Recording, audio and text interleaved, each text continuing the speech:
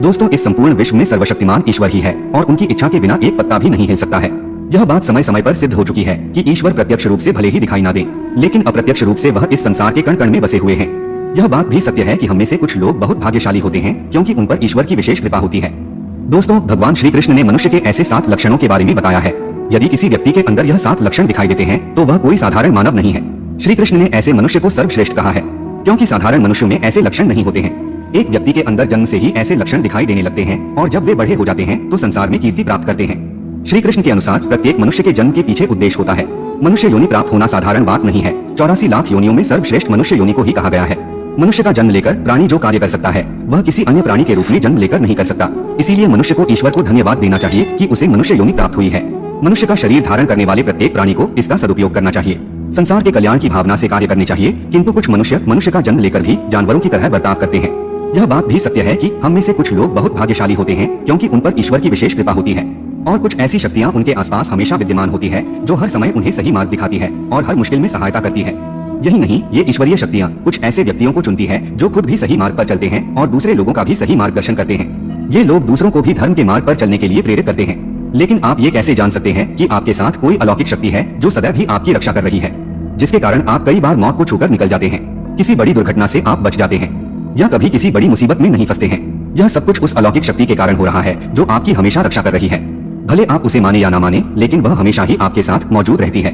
आज हम आपको ऐसे 9 संकेत बताने जा रहे हैं जिससे आपको पता चल सकता है कि आप कोई साधारण मानव नहीं है। आप बाकी साधारण मनुष्यों से अलग है और भगवान हमेशा ही आपके साथ रहते हैं। तो चलिए जान लेते हैं उन संकेतों के बारे में। सबसे पहला संकेत, भगवान श्री कृष्ण कहते हैं जो मनुष्य किसी भी कार्य को करते समय सुख दुख के बारे में विचार नहीं करता है। चाहे सर्दी हो या गर्मी हो, वह कभी अपने कार्य को बीच में नहीं छोड़ता है। चाहे कितने भी संकट खड़े हो जाएं, वह अपने मार्ग से विचलित नहीं होता, हर परिस्थिति में अपने काम में लगा रहता है। चाहे उसे लोग भला कहे अथवा बुरा, वह अपना कार्य पूरी निष्ठा के साथ करता है। उसे खुद पर और ईश्वर पर पूरा विश्वास होता है कि एक दिन वह अवश्य सफल होगा। दूसरा लक्षण है, कभी दूसरों की बुराई नहीं करता। श्री कृष्ण कहते हैं जो व्यक्ति जीवन में कभी दूसरों की बुराई नहीं करता, वह सदैव ही दूसरों के विषय में अच्छी बातें ही करता है, वही व्यक्ति सर्वश्रेष्ठ होता है। आजकल लोग छोटी छोटी बातों पर दूसरों की बुराई करते हैं। हर वक्त दूसरों को अपमानित करना, दूसरों की चुगली करना, दूसरों का अहित करना आदि प्रकार के निंदित कार्य करते रहते हैं। इसी कारण से वे लोग जीवन में कभी सफल नहीं होते हैं। तीसरा संकेत है, जो व्यक्ति अपने दैनिक कार्यों से बचा हुआ समय ईश्वर की भक्ति, आराधना और नाम स्मरण में व्यतीत करता है और ईश्वर को ही सत्य मानते हुए उसकी अनुभूति करने में समर्थ होता है, वास्तव में उस व्यक्ति के आसपास एक ईश्वरीय शक्तियों का पवित्र घेरा होता है जिसके कारण उसे ईश्वर का आभास होता रहता है। इन लोगों को ईश्वर पर पूर्ण विश्वास होता है। चाहे दुख हो या सुख, ये हर परिस्थिति में ईश्वर को याद करते हैं और कभी ईश्वर का अपमान नहीं करता है। चौथी बात, जो व्यक्ति समाज के प्रति अपना दायित्व समझते हुए अच्छे और पुण्य के काम करता है, मुसीबत में फंसे लोगों की तथा गरीब और लाचार व्यक्तियों की मदद करता है, आपदा और विपदा आने पर पशु पक्षियों की मदद करता है, बुजुर्गों का तथा शरीर से अपंग व्यक्ति का कभी अपमान नहीं करता, कभी किसी को हीन समझकर उसका तिरस्कार नहीं करता है, वह मनुष्यों में सर्वश्रेष्ठ होता है। हर व्यक्ति में ऐसे गुण नहीं होते हैं। जिन लोगों पर ईश्वरीय कृपा होती है उनके अंदर ही ऐसे लक्षण होते हैं। जो खुद पुण्य के काम करता है और दूसरों को भी ऐसे काम करने के लिए प्रेरित करता है। पांचवा संकेत है, अन्याय नहीं करता। श्री कृष्ण कहते हैं जो व्यक्ति कभी दूसरों के साथ अन्याय नहीं करता, कभी दूसरों का धन नहीं हड़पता, कभी भी दूसरों की मजबूरी का फायदा नहीं उठाता, वही व्यक्ति श्रेष्ठ होता है। जो मनुष्य कभी दूसरों की आजीविका पर चोट नहीं करता और न ही कभी दूसरों से घृणा करता है, वह मनुष्य संसार में कीर्ति पाता है। छठा संकेत है, पूर्वाभास होना। संसार में कुछ ही लोगों के पास एक अनोखी शक्ति होती है जिससे उन्हें भविष्य में होने वाली कुछ विशेष घटनाओं का आभास पहले ही हो जाता है। भविष्य में कुछ बुरा होने वाला होता है तो उसका पता इन्हें पहले ही चल जाता है। इनका मन अचानक ही बेचैन हो जाता है। आसपास के वातावरण में इन्हें बदलाव महसूस होने लगता है। प्रकृति में इन्हें कुछ ऐसे दृश्य दिखाई देते हैं जो अशुभ चिन्ह होते हैं, जिससे इन्हें पता चल जाता है कि कुछ बुरा होने वाला है और ये सावधान हो जाते हैं। सातवां संकेत है, कुछ लोगों को हमेशा अपने आसपास एक विशिष्ट प्रकार की सुगंध का अनुभव होता है। हमेशा सुगंधित फूल, धूप, अगरबत्ती या कपूर जैसी पवित्र सुगंध का झोंका सा हवा में तैरता हुआ सा महसूस होता है तो यह उसके आसपास ईश्वर की उपस्थिति का संकेत होता है और देवी देवताओं का आशीर्वाद उस व्यक्ति पर होता है। आठवां संकेत है, दोस्तों हमारे शास्त्रों में ब्रह्म मुहूर्त का समय बहुत ही शुभ माना जाता है। यह दिन का सबसे महत्वपूर्ण समय होता है। शास्त्रों में इसे देवताओं का समय कहा गया है क्योंकि इस समय पर वातावरण में एक अनोखी सकारात्मक ऊर्जा का संचार होता है।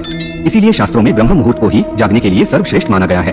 दुनिया में ज्यादातर लोगों की नींद ब्रह्म मुहूर्त के समाप्त होने के बाद ही खुलती है, परंतु अगर किसी व्यक्ति की नींद रोज ब्रह्म मुहूर्त पर अपने आप खुलने लग जाती है तो यह एक अलौकिक संकेत समझा जाता है। नित्य ब्रह्म मुहूर्त पर जागने वाले लोग जीवन में कभी पराजित नहीं होते हैं। इस समय पर जागने वाले लोग सदैव प्रसन्न चित्त रहते हैं और ईश्वर की भक्ति में अपना मन लगाते हैं।